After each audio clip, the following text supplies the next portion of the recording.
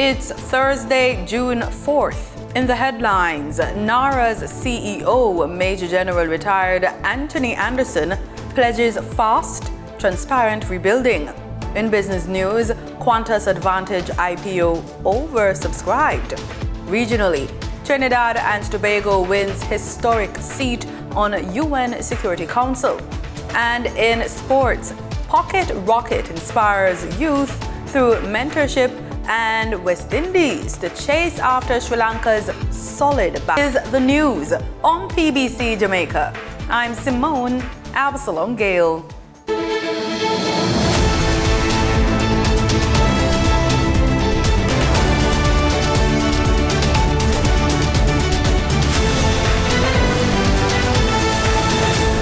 Newly appointed Chief Executive Officer of the National Reconstruction and Resilience Authority, NARA, Major General retired Anthony Anderson, says Jamaica must view post-Hurricane Melissa recovery as a unique opportunity to strengthen the country's resilience, modernize systems, and accelerate national development.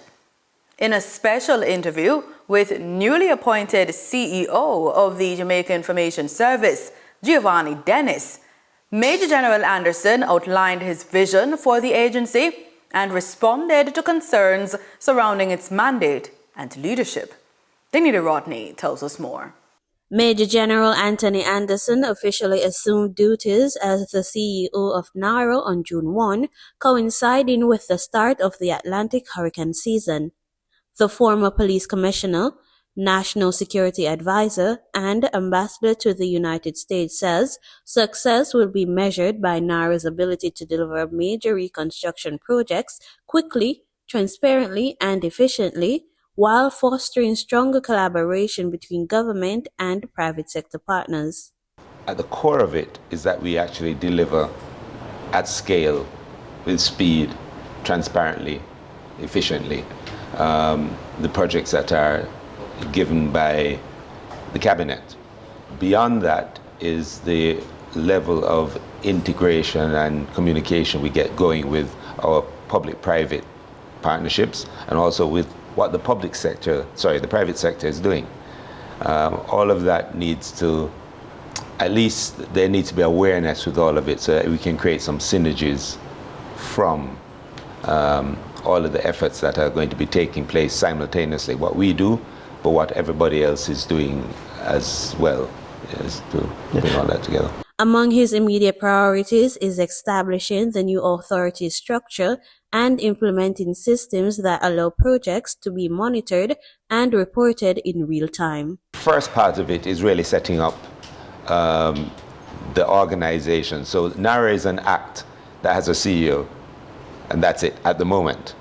So very rapidly, we're going to have to build out the organization and also get the systems in place that can properly manage in an automated and effective way, manage the program of projects and the projects themselves with the necessary tools to be able to report on things so that the discussions around transparency, discussions around what's going on, ideally those will disappear because it will be automated and it's a part of your systems. He responded to questions about his appointment and concerns surrounding the authority's powers. In order to do the job, you have to be able to clear the noise. You have to be laser focused on what you're trying to get done. Because it's always trying to distract you. It's always trying to take you down a rabbit hole to prove this or disprove that. That's not why you're there. You're there to deliver something specific. Whatever the job is, there's a very specific set of things that you're there to deliver. That's what you need to focus on. And if you can't take the noise, then you're probably not suited for that. And while NARA has faced scrutiny since its creation, Major General Anderson insists the agency's success will ultimately be judged by its impact on Jamaica's development. That it made a significant and lasting and legacy difference to how we do business in Jamaica and to our landscape, our development trajectory, and our growth. The NARA CEO says the authority will work closely with ministries, departments, agencies, and local authorities to ensure reconstruction efforts are coordinated and deliver lasting benefits for Jamaicans. Minister of Foreign Affairs and Foreign Trade, Senator Kamina Johnson-Smith, says Jamaican scholarship students studying in Cuba will receive an increase in their stipends following discussions with the Ministry of Finance and the Public Service. Speaking at this week's post-cabinet press brief, Minister Johnson-Smith said the government also arranged for the early release of funds to help students avoid financial hardship caused by delays affecting academic institutions in Cuba. We also advocated for early release of the funds because they're always paid on the basis of grades, and because of delays that were occurring in that space due to their own technical issues at the academic institutions, we did not want them to suffer undue hardship. She added that the Ministry of Health and Wellness and the Ministry of Education have engaged local universities to accept students wishing to continue their studies in Jamaica. The Ministry of Health and Wellness and the Ministry of Education, Youth and Skills and Information have also engaged the universities of the West Indies, Mona, and the Caribbean School of Medical Sciences on their capacity to accommodate students who may return within relevant areas of specialization. Both institutions have indicated a willingness to consider applications. Both institutions have indicated that they have space. Again, admission decisions remain the responsibility of the universities under their own accreditation and matriculation standards.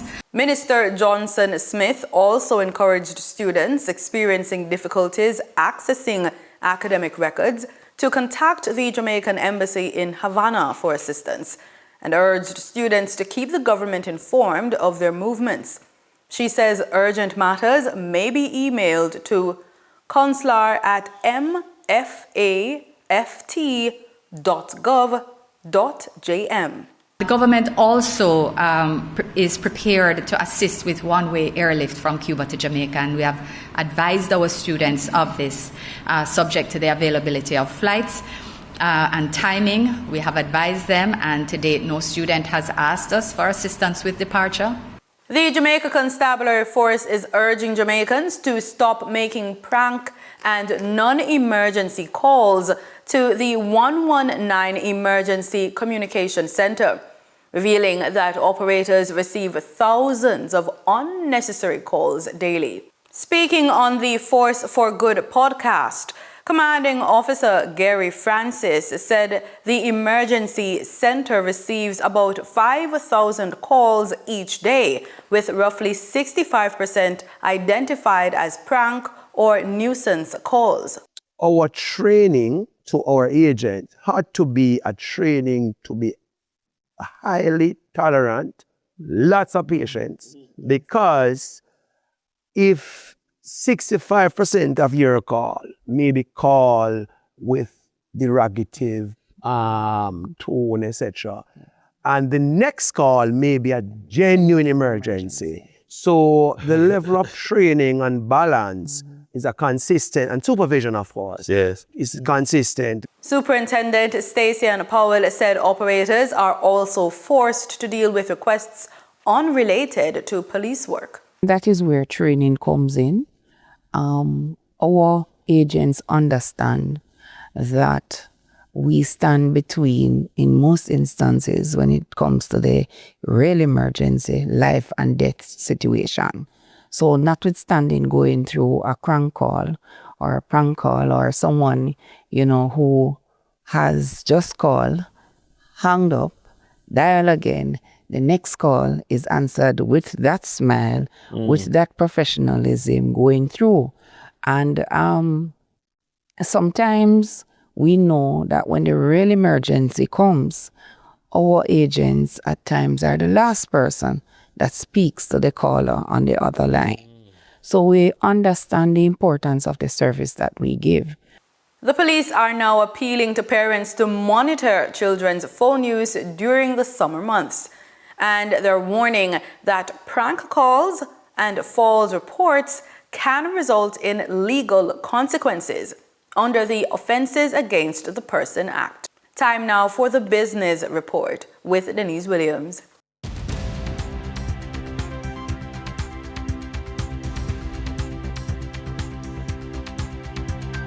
Welcome to today's Business Report. I'm Denise Williams, bringing you the developments shaping markets, capital access and business decision-making across Jamaica and the region. Let's get into the stories that matter. Qantas Advantage Inc. has successfully closed its initial public offering IPO, which was oversubscribed. The offer successfully raised 2.4 billion Jamaican dollars, representing an oversubscription of 900 million, approximately 60% above the 1.5 billion the company was seeking to raise. The transaction is the largest initial public equity offering on the Jamaica Stock Exchange in 6 years. Proceeds from the IPO will be used to expand Qantas Advantage's investment portfolio, increase its capacity to pursue credit and cash flow-based investment opportunities, strengthen liquidity, and support the company's growing pipeline of investments across the Caribbean region. Tourism Minister Edmund Bartlett has announced that 20,000 hotel rooms are slated to be added to the country's stock. The tourism minister revealed as well that other airlines are already showing interest in filling the slot left vacant by budget airline Spirit. Bartlett noted, and I quote, "In fact, the potential is great, and Jamaica stands on the cusp of an engagement that could bring us at least between 3 to 4 million visitors annually, more than we have now." Last month, Spirit Airlines shut down its operations, citing rising jet fuel prices due to the war in the Middle East. Bartlett said he will be talking to other interested airlines shortly, and I quote, "We go to New York next week and we're having extensive discussions with a number of our airline partners to secure the future of airlift for Jamaica. I'm not calling the names of the airlines, but one of them that I'm going to see in New York has already stepped in. And so we will not hurt as a result. We would have lost some 40,000 seats, but we're all taken up, so we are good."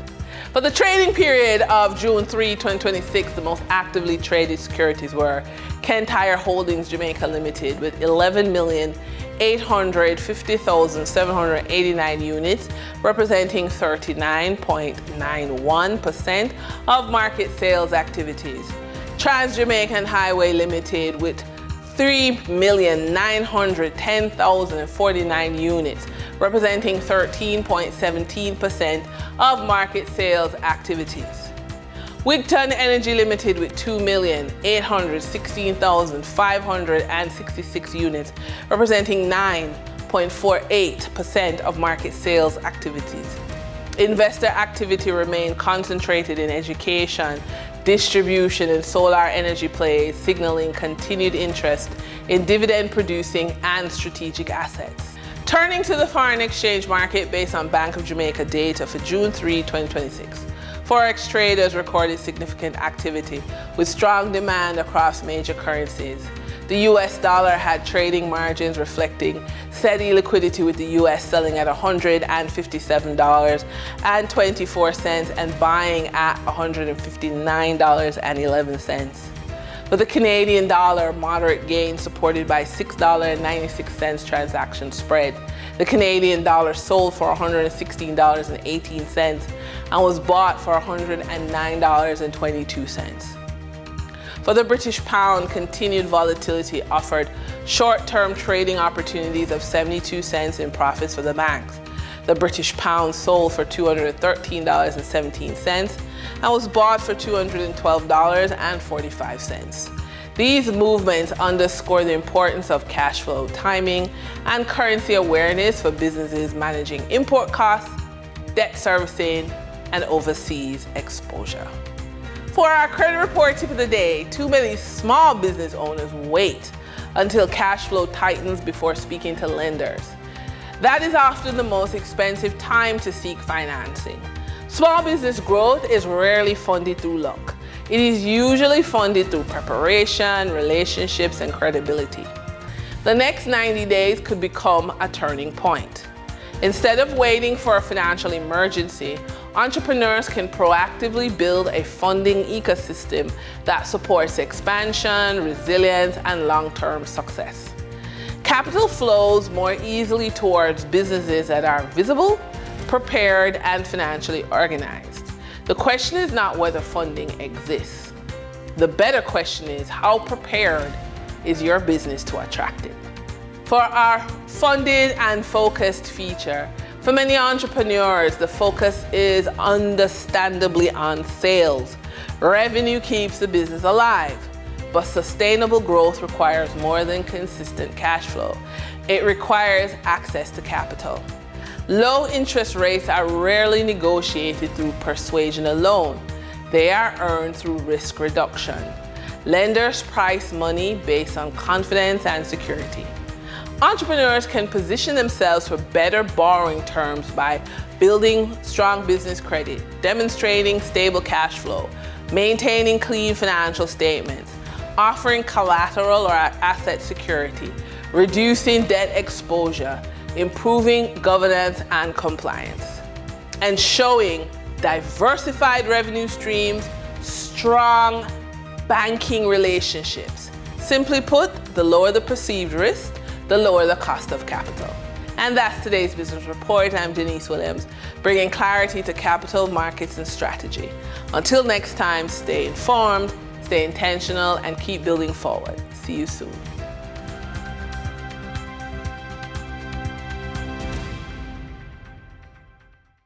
In regional news, Trinidad and Tobago has secured a seat on the United Nations Security Council after winning overwhelming support in a vote at UN headquarters in New York. The Twin Island Republic garnered 181 votes to earn one of the 5 non-permanent seats on the council, where it says it will champion issues affecting small states, women and children, and global security challenges over the next 2 years. More in this TTT News report.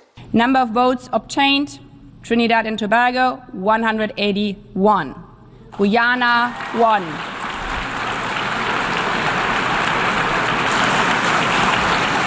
Having obtained the required 2/3 majority and the largest number of votes, Austria, Portugal, Trinidad and Tobago, and Zimbabwe are elected members of the Security Council for a 2-year term beginning on January 1st, 2027.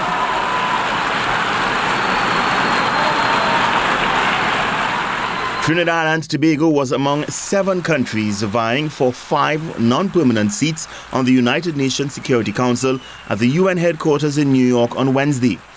Its campaign was well supported as TNT garnered 181 votes out of the 191 countries eligible to vote, surpassing the 2/3 minimum vote required. Speaking after the election, Minister of Foreign and CARICOM Affairs, Sean Sobers, expressed humility and pride as he outlined what the government hopes to achieve during its 2-year stint on the council. As we pledge to foster dialogue and bridge differences amidst the multiplicity of complex challenges confronting the international community. Specifically, during our tenure, we will place particular emphasis on advancing the women and children on the peace and security agenda, addressing the illicit trafficking of small arms and light weapons, and examining the implications of artificial intelligence for international peace and security. Minister Sobers added that TNT is prepared and ready to serve by adopting a balanced, principled and pragmatic approach to ensure a more peaceful, secure and just world. The Honorable Prime Minister Prasad Visesa has instructed that we use our tenure on the United Nations Security Council to champion issues, the voices and aspirations of all people, and more importantly to amplify the unheard voices to ensure that justice and equality anchor lasting security. There are 10 non-permanent seats on the council, 5 of which are up for election every year. The 10 non-permanent members sit on the council alongside China, Russia, France, the United Kingdom and the United States. These 5 countries are permanent members of the council and any of them can veto a resolution. While non-permanent members cannot veto resolutions, they play a crucial role in shaping discussions, proposing initiatives, and representing regional interests. The other countries winning non-permanent seats are Zimbabwe, Portugal, Austria, and Kyrgyzstan. St. Lucia is intensifying efforts to secure investment for climate resilience projects as the country seeks to reduce its vulnerability to increasingly severe weather events. Government officials say priority sectors include infrastructure, tourism, and education, and those sectors are now at the center of the island's climate adaptation strategy, with plans already moving toward implementation. The appeal came during a climate adaptation forum aimed at securing financing and partnerships to strengthen the country's resilience to climate change. HTS News Force has the details. Government and development stakeholders are working to unlock financing for climate resilience projects under St. Lucia's National Adaptation Plan. Sustainable Development Minister Lisa Joahir joined the recent adaptation investment pitch and matchmaking event virtually, where she outlined 3 priority sectors critical to St. Lucia's economic and social future: infrastructure and spatial planning, tourism, and education. She also highlighted their growing vulnerability to climate change. Climate resilience infrastructure protects communities and sustains economic productivity. A climate-smart tourism sector safeguards one of our primary economic pillars. Resilient education systems ensure that our children can continue learning safely in the face of climate disruption. Importantly, Cabinet is in the process of endorsing the adaptation strategies and action plans for tourism and education, with infrastructure and spatial planning expected to follow shortly. This demonstrates that these priorities are not theoretical aspirations. They are nationally endorsed pathways ready for investment and implementation. Infrastructure Minister Sean Edward noted that a significant portion of the country's debt burden stems from borrowing to address climate-related challenges. He used the forum to advocate for increased investment in climate-smart infrastructure and sustainable development. We have not yet picked up all the pieces of the devastation caused during the previous hurricane season. And then we go to COP and international meetings, and we beg and we plead, and we speak to anybody who's prepared to listen to us to let us know what our plight is. Promises are made, pledges are registered, and then the commensurate action to give expression to those pledges, they're never forthcoming. But we are a resilient people, and we have to learn to depend on ourselves even when help is not forthcoming. It is therefore crucial to ensure that St. Lucia's infrastructure systems are climate resilient.